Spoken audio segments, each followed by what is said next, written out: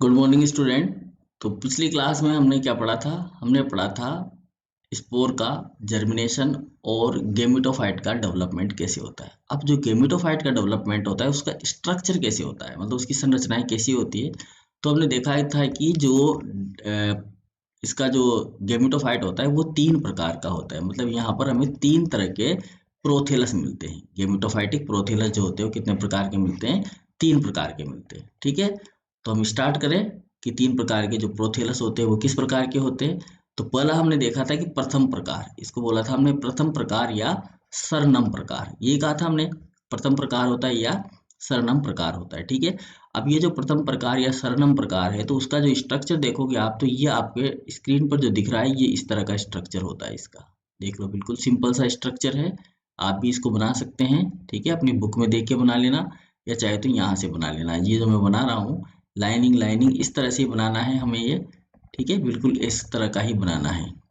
ये इसके आर की गोनियां बन गए। एंथीडिया इस साइड में होते हैं पीछे, और ये इसका पार्ट होता है।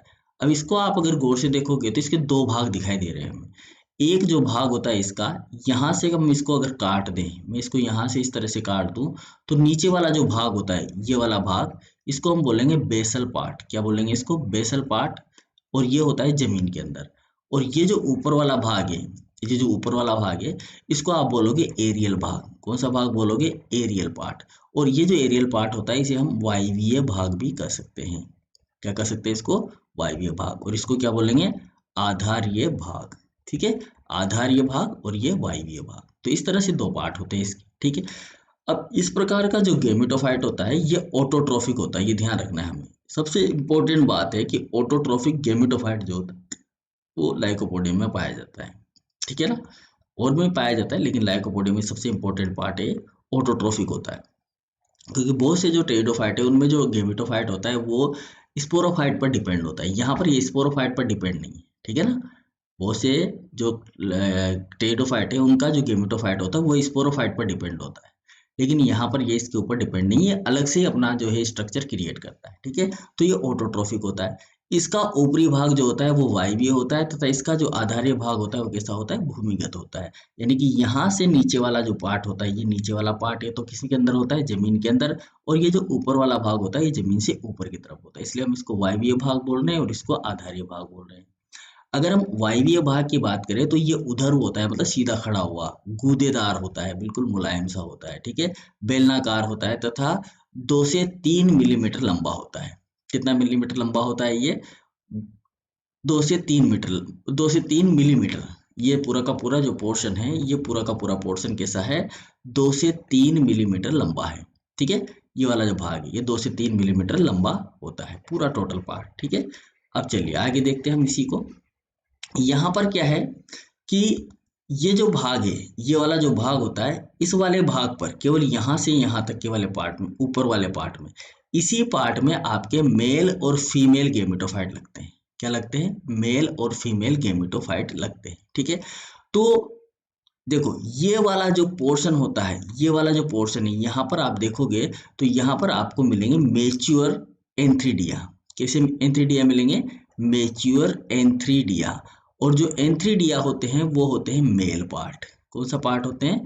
मेल पार्ट होते हैं। ठीक है, और ये होंगे इसके ओल्ड एंथ्रीडिया। ये जो है ये कौन से हैं? ये भी एंथ्रीडिया है, एंथ्रीडिया। और कैसे एंथ्रीडिया हैं ये? ओल्ड, जो पुराने हो जाते हैं। ठीक है, इसके बाद में यहाँ पर आप देखोगे ये नीचे वाली जो स्ट्रक्चर आपको दिखाई दे रही है ये है आर्कीगोनियम। क्या है ये? आर्कीगोनियम। और जो आर्कीगोनियम होती है वो क्या होती है? यहाँ पर फीमेल होती है। क्या होते हैं? फीमेल पार्ट होते हैं। ये मेल पार्ट होता है और ये फीमेल पार्ट होता है आर्कीगोनियम। एंथ्रीडियम क्या होता है? एंथ्रीडियम होती है, एंथ्रीडियम लिख दो, इसको एंथ्रीडिया लिख दो, एंथ्रीडियम लिख दो, एक ही बात है। एंथ्रीडियम क्या होता है? मेल पार्ट होता है, और आर्कीगोनियम क्या होता है? फीमेल पार्ट होता है। ठीक है, यानी कि इसी एक ही प्रोथेलस पर मेल और फीमेल दोनों ही हमें मिलते हैं। ठीक है, समझ में आया बात? तो ये जो पूरा का पूरा पोर्शन है, यहाँ से लेकर अगर हम इसको नापें यहाँ तक, तो ये 2 से 3 मिलीमीटर लंबा होता है, ठीक है। और ये दो भागों में हमें बटा हुआ दिखाई देता है। एक रंगहीन आधारीय भाग, ये जो भाग होता है, ये नीचे वाला जो पोर्शन है, ये इसका रंगहीन होता है और बेसल पार्ट होता है, ये जमीन के अंदर धंसा रहता है, ठीक है। दूसरा भाग होता है इसके अंदर मांसल और गूदेदार भाग। कैसा होता है? मांसल होता है और गूदेदार भाग होता है, ठीक है। जो मांसल और गूदेदार भाग होता है वो कैसा होता है? ऊपरी भाग होता है। और जो ये ऊपरी भाग होता है, इसी भाग में मेरी स्टेम पाया जाता है, मेरी स्टेम सेल पाई जाती है, या ये पार्ट जो होता है मेरी स्टेम होता है, ठीक है। इसी भाग में मेरी स्टेम सेल प्रेजेंट होती है, ठीक है। ये वाले जो भाग होता है, ये वाला जो भाग होता है, ये वाला जो पार्ट होता है, इस वाले पार्ट में ये जो कोशिकाएं हैं यहाँ से यहाँ तक जो मैं रंग भर रहा हूँ, ये सब कौन सी कोशिकाएं हैं? इसकी मेरिस्टेमेटिक सेल होती है, मतलब विभाजनशील कोशिकाएं होती है, ठीक है। जिनके आधार पर जनन अंग पाए जाते हैं। ये जो आधार पार्ट होता है इसका जो आधारीय भाग होता है, इन सब आधारीय भाग पर क्या पाया जाता है? जनन अंग पाए जाते हैं। ये जो पार्ट दिख रहे हैं, जैसे यहाँ पर क्या पाया जा रहा है, यहाँ से यहाँ तक आप देखोगे तो ये आर की गोनिया है, आर की गोनिया, ठीक है। और यहां से आप देखोगे यहां तक का जो पार्ट है, ये क्या है? एंथ्रीडियम या एंथ्रीडिया। क्या है ये भाई? एंथ्रीडिया। दोबारा लिख देता हूं मैं सही से इसको, एंथ्रीडिया, ठीक है। ये वाले पोर्शन में, और ये वाले पोर्शन में क्या है? आर की गोनिया है, ठीक है। तो इसका जो आधार होता है, इस पर क्या होते हैं? जनन अंग पाए जाते हैं। ये 6 माह में परिपक्व होता है। ये कंप्लीट जो जनन अंग होते हैं, इसके 6 महीने लग जाते हैं। बनने में कितना साल लगा? 15 साल, 8 महीने से लेकर 15 साल तक। अब इनके ऊपर जो ये एंथ्रीडिया और आर्किगोनिया, एंथ्रीडिया कौन सा पार्ट है इसका? Male part. कौन सा पार्ट है? Male part. और आर्किगोनिया कैसा पार्ट है? फीमेल पार्ट, ठीक है। तो ये मेल और फीमेल पार्ट को बनने में कितना समय लगता है? परिपक्व होने में 6 महीने लग जाते हैं, ठीक है। ये शीर्ष भाग के नीचे सीमांत पर स्थित मेरिस्टेम द्वारा वृद्धि करता है। इन मेरिस्टेम कोशिकाओं से जनन अंग उत्पन्न होते हैं। ये मेरिस्टेम कोशिकाएं हैं, यहाँ पर फैली हुई है ये। इन कोशिकाओं से जनन अंग जो है वो निर्मित होते हैं। और ये क्षेत्र कहलाता है जनरेटिव जोन। तो ये वाला जो क्षेत्र होता है जिसमें मेरिस्टेम पाया जाता है, उस क्षेत्र को हम क्या बोलते हैं? जनरेटिव जोन बोलते हैं, ठीक है। ये कौन सा भाग है इसका? जनरेटिव जोन है। ये वाला जो पोर्शन है, ये कौन सा है? जनरेटिव जोन, ठीक है। तो हम इसको यहाँ लिख देते हैं कि ये है आपका जनरेटिव जोन, ठीक है। कौन सा भाग है ये? Generative zone. मतलब जहां से जनरेटिव जोन, मतलब जहां से मेल और फीमेल पार्ट का निर्माण हो रहा है, उस भाग को हम क्या बोलेंगे? जनरेटिव जोन बोलेंगे, ठीक है। तो ये कहलाता है जनरेटिव जोन, ठीक है। इस क्षेत्र में कवक मूल अनुपस्थित होते हैं। ये वाला जो पोर्शन होता है, यहाँ पर किसी भी प्रकार के कवक मूल नहीं पाए जाते हैं, इस वाले पोर्शन में, ठीक है ना। हमने पढ़ा था ना कि जब गेमेटोफाइट का डेवलपमेंट होता है तो उसके अंदर कवक मूल का क्या हो जाता है? इन्फेक्शन हो जाता है, और वो कवक मूल जो एंडोफाइटिक माइकोराइजिया है, वो उसके अंदर सिम्बायोटिक रिलेशनशिप में जीने लग जाता है। उस कवक मूल का कार्य क्या है? नीचे से जमीन से उसको पोषण देना, और उसकी जगह पर वो जो ये गेमेटोफाइट होता है उसको सहारा देता है। दोनों के बिना ये जीवन आगे नहीं बढ़ सकता। अगर एंडोफाइटिक माइकोराइजा इसके अंदर एंटर नहीं करेगा तो ये आगे जीवित नहीं रह पाएगा और मर जाएगा, ठीक है। इसलिए एंडोफाइटिक माइकोराइजा का जाना उसके अंदर जीवित रहने के लिए बहुत जरूरी होता है इसके लिए। तो इसी वजह से कवक जो मूल होती है वो यहाँ पर निर्मित होती है। मतलब कवक जाल जो होता है वो यहाँ पर बनाया जाता है, यानी कि माइकोराइजा का निर्माण होता है। और ये जो माइकोराइजा है, यानी कि जो कवक के फंगस है, फंगस के जो तंतु होते हैं वो इसके अंदर एंटर कर जाते हैं, और जमीन से इसको क्या देते रहते हैं? पोषण देते रहते हैं, ताकि ये अपना पोषण ले सके। ये खुद नहीं बना सकता ना, इसलिए। लेकिन इसका कुछ भाग, क्योंकि अभी हमने देखा था कि इसका जो कुछ भाग होता है, ऊपर का भाग जो इसमें पाया जाता है, जो लोब्स होते हैं, वो लोब्स क्या होते हैं? इसके ऑटोट्रॉफिक होते हैं। ये जो लोब्स होते हैं ये ग्रीन होते हैं, और ग्रीन होने की वजह से ये क्या होते हैं? ऑटोट्रॉफिक होते हैं। ये लोब्स होते हैं इसके, और ये ग्रीन होने की वजह से कैसे होते हैं? ऑटोट्रॉफिक होते हैं, ठीक है। तो थोड़ा सा इसका ध्यान रखना है हमें। इसका दूसरा प्रकार की बात करते हैं। ये तो हो गया हमारा पहला प्रकार, किस तरह का है देख लिया हमने, कहाँ कहाँ पर क्या होता है। सेकंड प्रकार की बात करें, द्वितीय प्रकार, जिसे हम बोलते हैं क्लेवेटम प्रकार। कौन सा प्रकार बोलते हैं? क्लेवेटम। इसको देखो आप, ये हर्ट जैसा दिखाई दे रहा है, दिल जैसा, है ना। ये तो हमें कैसा दिखाई दे रहा था? सांप जैसा। और ये दूसरा दिल जैसा, ठीक है। इसमें जो गेमेटोफाइट होता है वो मृतोपजीवी होता है। ये जो गेमेटोफाइट था ये तो क्या था, ऑटोट्रोफिक था। हरी हरा हरा रहता है, ऑटोट्रोफिक होता है। थोड़ा सा ध्यान रखने वाली बात है, ये ऑटोट्रोफिक होता है, जिसे हम बोल रहे हैं सरनम प्रकार। कौन सा प्रकार था ये अपना, सरनम प्रकार। ये कैसा होता है, ऑटोट्रोफिक होता है। समझ में आया। और ये जो पार्ट, ये जो होता है ये मृतोपजीवी होता है। ठीक है, इसको बोलते हैं हम सेप्रोफाइट। क्या बोलते हैं इसको, सेप्रोफाइट। ठीक है, मृतोपजीवी होता है। मतलब ये खुद भोजन नहीं बनाता, इसको भोजन लेने के लिए जरूरत होती है किसी दूसरे की। मतलब ये सड़े गले कार्बनिक पदार्थों से अपना भोजन लेता है। ये अधिकांशतः भूमिगत जातियों में पाया जाता है। जो जातियां भूमि के अंदर रहना पसंद करती है उन्हीं के अंदर पाया जाता है। और ये अगर आप देखोगे तो यहाँ से यहाँ तक ये जमीन के अंदर ही धसा रहता है पूरा का पूरा। केवल इसके जो ये आर्किगोनियम है, ये आर्किगोनिया है, ये जो यहाँ निकले हुए हैं ये इसके आर्किगोनिया है। ठीक है, ये क्या है इसके, आर्किगोनिया, आर्किगोनिया है। ठीक है, और यहाँ पर बीच में, यहाँ बीच में बनते हैं इसके अंदर एंथ्रीडिया, एंथ्रीडिया बनते हैं। और साइडों में इसके हमेशा क्या बनते रहते हैं, आर्किगोनिया, आर्किगोनिया बनते रहते हैं। तो आर्किगोनिया इसकी साइडों में यानी कि किनारों पर पाए जाते हैं। और बीच वाला जो पोर्शन होता है, ये वाला जो पोर्शन है, इसमें पाए जाएंगे इसके एंथ्रीडिया। और इस भाग में और इस भाग में देखोगे आप तो यहाँ पर मिलेंगे हमें आर्किगोनिया, किनारों पर पाए जाते हैं आर्किगोनिया। ठीक है, चलिए आगे देखते हैं। तो ये अधिकांशतः किसमें पाया जाता है, भूमिगत जातियों में पाया जाता है। ठीक है, ये कंदयुक्त, कंदयुक्त, कंदयुक्त का मतलब होता है जैसे प्याज नहीं होता अपना, वैसा कंदयुक्त पाली रहित, इसमें लोब्स नहीं पाए जाते। जैसे इसके अंदर तो यहाँ पर लोब्स थे, ये लोब लोब जो है यहाँ पर प्रेजेंट थे। ये देखो आप इसकी स्ट्रक्चर दोबारा से इसको मैं हटा देता हूँ। ये लोब यहाँ पर हमें दिखाई दे रहे थे। ठीक है ना, ये लोब्स इस तरह से निकले रहते हैं इसके। ठीक है, लेकिन इसके अंदर इस तरह के लोब्स नहीं होते। तो ये कंदयुक्त रहता है, पाली रहित कंदयुक्त होता है, पाली रहित, लेकिन कैसा होता है, तिकोना, तीन तिकोना, ये तिकोना बन रहा है इसका। ठीक है, तिकोना रहता है। ये 10 से 20 mm लंबा होता है। ये वाला देखो, इसका आकार तो बहुत बड़ा दिख रहा था, लेकिन ये था कितना, 2 से 3 mm लंबा। इसको आप देखोगे तो ये 10 से 20 mm लंबा होता है। कितना, क्योंकि जमीन के अंदर धंसा रहता है ज्यादातर, इसलिए 10 से 20 mm लंबा होता है। इसके दो भाग होते हैं, एक आधारीय भाग, ये तिकोना भाग होता है, और ऊपरी जनन क्षेत्र, ऊपरी जनन क्षेत्र ये होता है इसका ऊपरी जनन क्षेत्र। और ये होता है इसका आधारीय भाग, जो कि कैसा है, तिकोना है। और ये इसका अपर जनरेटिव पार्ट होता है। ये वाला जो क्षेत्र है ये ऊपर का, ये इसका जनरेटिव पार्ट है, जिसको मैं दूसरे कलर से डिनोट कर रहा हूँ आपके लिए। ठीक है, तो ये जो पोर्शन है यहाँ पर आप देखोगे तो ये तो इसका कैसा है, जनरेटिव भाग है, ये वाला, जहाँ से आंथ्रीडियम और आर्किगोनियम का निर्माण होता है। और इसके नीचे वाला जो पोर्शन है, ये वाला जो पोर्शन है, ये पूरा का पूरा पोर्शन, ये वाला पोर्शन जो है, ये इसका क्या है, यहाँ से यहाँ तक का ये इसका आधारीय भाग होता है, जो जमीन के अंदर धसा हुआ रहता है। ठीक है, चलिए आगे देखिए। अब इसको भी, इस ये जो भाग होता है ये भी जो है अलग अलग क्षेत्रों में बटा हुआ है। ये भाग भी बटा हुआ है, किस किस में बटा हुआ है, एक एपिडर्मिस, दूसरा कोर्टेक्स, तीसरा पेलिसेड टिश्यू, और चौथा सेंट्रल फ्यूजन जोन। ठीक है, इन भागों में ये बटा रहता है। ठीक है, अब देखो कहाँ कहाँ पर है, तो बाहर बाहर की तरफ अगर हम देखें, ये बाहर की तरफ में, तो ये वाली जो लाइन दिख रही है हमें, ये वाली लाइन जो बता रही है हमें, ये बता रही है कि ये एपिडर्मिस होती है। एपिडर्मिस जो होती है इसकी, ये एपिडर्मिस है। ठीक है, एपिडर्मिस है। ठीक है, अब ये जो एपिडर्मिस है ये सबसे बाहरी स्तर होता है, जिस पर मूलाभास उपस्थित होते हैं। तो ये यहाँ पर ये राइजोम है। क्या है ये, राइजोम। ठीक है, या राइजोइड्स बोल देते इनको हम, क्या बोलेंगे इनको हम, राइजोइड्स। ठीक है, राइजोम बोल दो, या इनको क्या बोल दो आप, राइजोइड बोल दो, राइजोइड्स।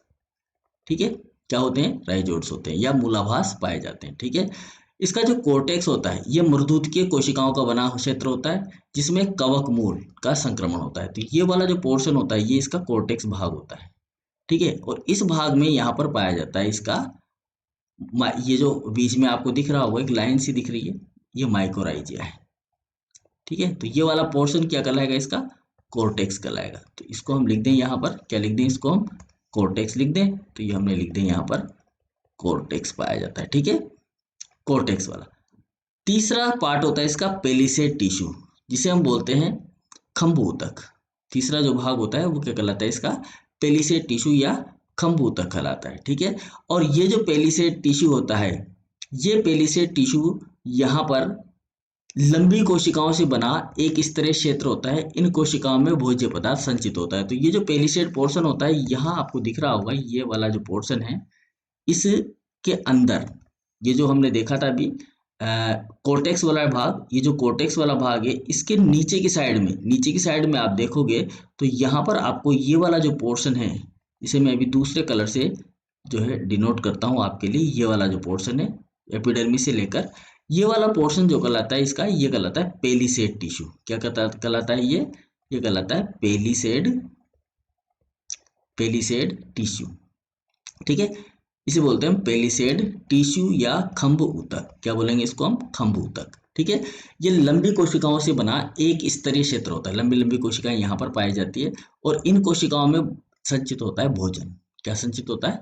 भोजन संचित होता है। ठीक है, और लास्ट एंड फाइनल पार्ट होता है इसका सेंट्रल फ्यूजन जोन, जिसे हम बोलते हैं ये वाला भाग। ये पूरा का पूरा भाग होता है सेंट्रल फ्यूजन जोन। ये भाग षटकोणीय कोशिकाओं से बना होता है और इन कोशिकाओं में भी भोज्य पदार्थ संचित रहता है। यहाँ पर भी भोजन जो है वो संचित रहेगा। ठीक है, अब इसका जो ऊपरी भाग होता है, ये वाला ऊपरी भाग, ये वाला जो पोर्शन है, इसके ऊपर वाला, इसके ये वाला नहीं, ये वाला पोर्शन। ठीक है, ये ऊपरी भाग होता है चौड़ा और जनन क्षेत्र कहलाता है। क्या कहलाता है? ये जनरेटिव जोन कहलाता है। ठीक है, ये बना होता है पेरेनकाइम कोशिकाओं का। किसका बना होता है? यहाँ पर कोशिकाएं कौन सी होती है? पेरेनकाइमा कोशिकाएं होती है। ठीक है, इस क्षेत्र में ही पाए जाते हैं जनन अंग, जैसे कि आर्किगोनिया और एंथ्रिडिया, दोनों यहाँ पर पाए जाते हैं।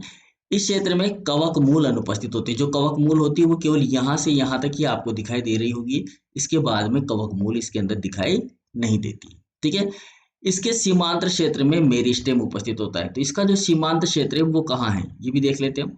तो इसका जो सीमांत क्षेत्र है, जिसको हम बोलते हैं मार्जिनल जोन, ये मार्जिनल जोन होता है यहाँ पर, जहां मैं लाइन खींच रहा हूँ। ये लाइन जो है ये मार्जिनल जोन की लाइन है। ठीक है, तो ये जो लाइन खींची मैंने, ये लाइन है मार्जिनल जोन की। ठीक है, यहाँ पाया जाता है इसके अंदर मेरिस्टेम। क्या पाया जाता है? मेरिस्टेम। ठीक है, इसमें स्त्रीधानी कोर पर ये जो किनारे हैं यहाँ पर तो पाई जाती है स्त्रीधानी, जिसे हम बोलते हैं आर्किगोनिया, और बीच में पाया जाता है आपका एंथ्रिडिया। इधर के किनारे पर भी क्या पाई जाएगी? आर्किगोनिया। अब मैं आर्किगोनिया को ऐसे डिनोट कर देता हूँ, समझ में आ जाएगा। और जो एंथ्रिडिया है उसको इस तरह से भर देता हूँ। ठीक है, तो ये वाली जो दिख रही है ये तो है आर्किगोनिया, और ये जो दिख रहा है आपको ये है क्या? आपका एंथ्रिडिया। तो आर्किगोनिया और तथा पूधानी, जिसे हम बोलते हैं एंथ्रिडियम, ये केंद्र में लगती है। तो एंथ्रिडियम कहाँ लगता है? केंद्र में लगता है। ठीक है, तो ये थी स्ट्रक्चर हमारे सेकंड प्रकार की। अब बात करते हैं थर्ड प्रकार, जिसे हम बोलते हैं तृतीय प्रकार, या आप कह सकते हो इसको फ्लेगमेरिया प्रकार। ठीक है, तीसरा प्रकार या फ्लेगमेरिया प्रकार। इसको देखो आप, ये कैसा दिखाई दे रहा है हमें? बंद मुट्ठी जैसा दिखाई दे रहा है ना। ये भी मृतोपजीवी होता है, यानी कि कैसा होता है? सेप्रोफाइट होता है। कैसा होता है भाई? सेप्रोफाइट होता है। ठीक है, रंगहीन होता है, इसमें भी कोई रंग नहीं पाया जाता, और अनियमित आकार का होता है, इसका कोई निश्चित आकार नहीं है, है ना। ये अधिपादपीय जातियों में पाया जाता है। जो जातियां पादपों के ऊपर अपना जीवन यापन करती है, ऐसी जातियों के अंदर ये पाया जाता है। ये एक लाक्षी शाखन प्रदर्शित करता है। एक लाक्षी शाखन का मतलब है कि इसके अंदर ये देखो आप, यहाँ से एक शाखा निकल रही है इस तरह से। तो ऐसे अलग अलग शाखाएं इसमें निकल जाती हैं, बहुत सी शाखाएं इसके अंदर निकलती है, इसलिए इसको बोला जाता है एक लाक्षी शाखन। ठीक है, ये मूलाभास द्वारा तने से चिपका रहता है तथा मूलाभास सभी दिशाओं में वृद्धि करती है। ये देखो पूरे के पूरे शरीर पर इसकी क्या है? मूलाभास है, यहाँ से यहाँ तक पूरे शरीर पर इसके अंदर मूलाभास होते हैं। तो ये मूलाभास के द्वारा ही तने पर क्या करता है? चिपका रहता है। ठीक है, जिस पौधे के ऊपर ये जन्म लेते हैं वहीं पर ये चिपक जाते हैं इन मूलाभास के द्वारा, और ये मूलाभास जो होंगे सभी दिशाओं में वृद्धि करेंगे। जैसे कि अगर मैं कहूँ कि ये तना है, तो इस तने के ऊपर यहाँ पर ये चिपक जाएगा, तो ये सारे इसके ऊपर घूम जाएगा और इसको पकड़ के अच्छे से बांध लेगा मूलाभास के द्वारा, क्योंकि ये जाति कौन सी है?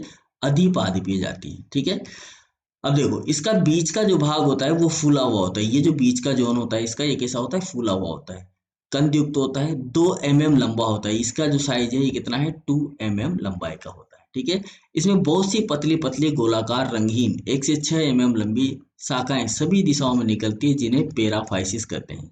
क्या कहा जाता है इनको? पेराफाइसिस। अब ये जो शाखाएं हैं, ये इस तरह की जो शाखाएं होती है, इस तरह की शाखाएं इसके पूरे शरीर के अंदर, पूरी बॉडी के अंदर फैली रहती है, इनको बोला जाता है पेराफाइसिस। ठीक है, इनके बीच के शीर्ष पर जनन अंग उत्पन्न होते हैं। ये जो शीर्ष होता है इसका, ये जो शीर्ष भाग है, ये वाला जो पार्ट है पूरा का पूरा, ये क्या कहलाता है? इसका शीर्ष भाग कहलाता है। ये ये पूरा का पूरा क्या कहलाएगा, शीर्ष भाग कहलाएगा। तो ये जो शीर्ष भाग होगा, इस शीर्ष भाग पर जन्म लेंगे जननांग, ये वाले पोर्शन में जननांग आएंगे, ठीक है। और यहाँ पर होता है इसका जनरेटिव टिश्यू, इसी टिश्यू से ये सारे के सारे पोर्शन बनते हैं, ठीक है। अब देखो ये वाले जो दिख रहे हैं हमें यहाँ पर, ये है आर्किगोनिया, ये वाला जो दिख रहे हैं हमें ये है आर्किगोनियम, ठीक है। क्या है ये, आर्किगोनिया, आर्किगोनियम, ठीक है। और ये जो दिख रहा है हमें, ये वाले जो पोर्शन दिख रहे हैं यहाँ पर बनेंगे इसके एंथ्रीडियम, क्या बनेंगे, एंथ्रीडियम, ठीक है। एंथ्रीडियम को हम क्या बोलते हैं, नर, और आर्किगोनियम को हम क्या बोलते हैं, मादा, ठीक है। तो ये जो पोर्शन होता है ये 1 से 6 mm लंबी शाखाओं में सभी दिशाओं में निकलती है, इसमें से इस तरह की ये एक mm लंबी या 1 से लेकर 6 mm लंबी, जिसे क्या कहा जाता है, पेराफाइसिस कहा जाता है, पेराफाइसिस कहा जाता है, ठीक है। ये पेराफाइसिस यहाँ पर निकलते हैं, ठीक है। इनका जो बीच का जो शीर्ष भाग होता है उस पर जननांग उत्पन्न होते हैं, तो ये वाले पोर्शन है इनके ऊपर जननांग बनते हैं।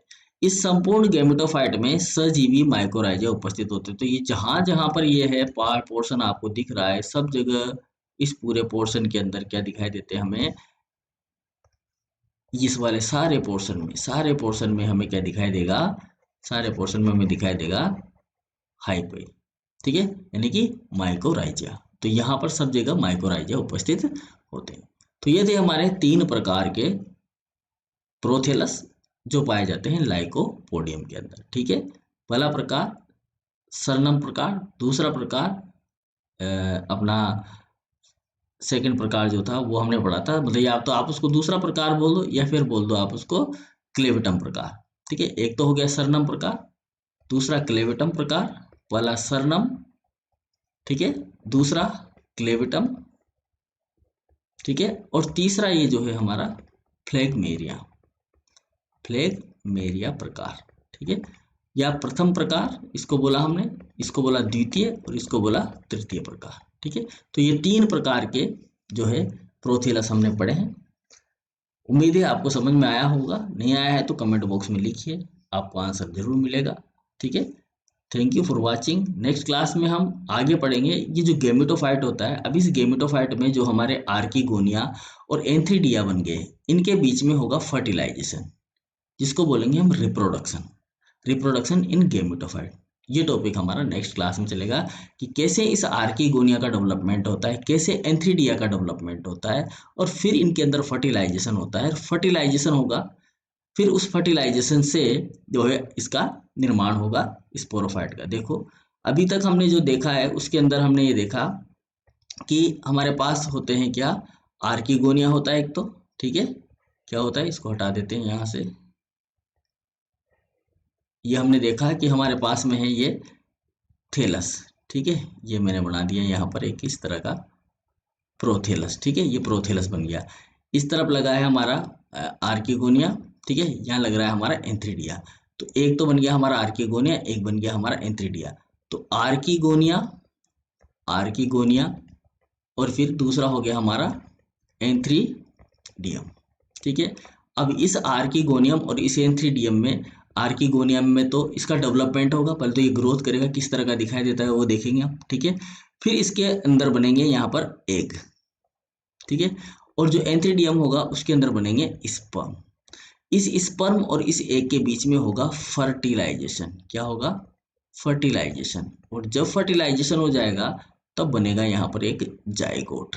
क्या बनेगा, जाइगोट, या आप बोल सकते हो oospore, ठीक है, अलग अलग नामों से जाना जाता है। तो यहाँ पर बनेगा जाइगोट।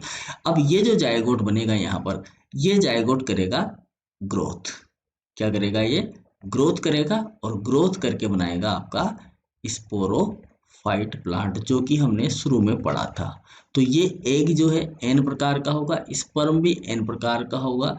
जब इनका फर्टिलाइजेशन होगा तो जो जाइगोट बनेगा वो कैसा होगा, 2n प्रकार का होगा, और ये 2n प्रकार का ग्रोथ करके 2n प्रकार का स्पोरोफाइट तैयार कर लेगा, और वापस से हमारा जो लाइकोपोडियम का स्पोरोफाइट था वो बनकर तैयार हो जाएगा। तो ये कहानी यहाँ पर हमारी चलने वाली है।